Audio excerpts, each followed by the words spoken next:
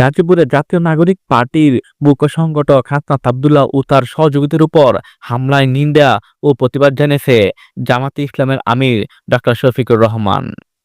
রোববার রাতে ফেসবুকে এক পোস্টে তার উপর হামলায় নিন্দা ও প্রতিবাদ জানিয়ে তিনি বলেন, জানি না হাসনাত আব্দুল্লাহ কাদের পথের কাঁটা।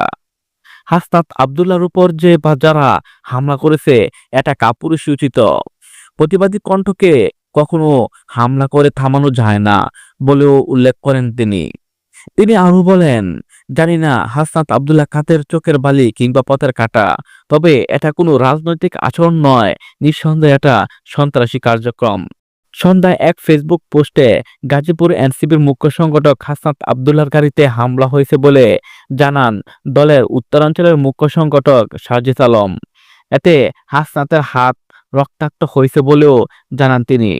ফেসবুক পোস্টে হাসনাতের লোকেশন জানিয়ে তাকে উদ্ধার দলের নেতাকর্মীদের ঘটনাস্থলে পৌঁছানোর আহ্বান জানান তিনি।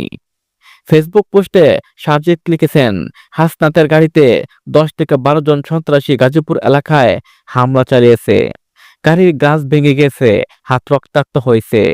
আশপাশে যারা আছেন হাসনাতকে প্রটেক্ট করুন, কমেন্টে লোকেশন দিচ্ছি। সার্জিসের পোস্ট অনুযায়ী হাসনাতের গাড়িতে গাজীপুরের চান্দনা চৌরাস্তা এলাকায় হামলা চালানো হয়েছে। এর আগে গত বছরের 27 ও 28 নভেম্বর রাজধানীর গুলিস্তান ও মাতুয়াইলে হাসনাতের গাড়িতে চাপা দেওয়ার চেষ্টা চলছিল। আর হোসাইন, ডেইলি নিউজ 24।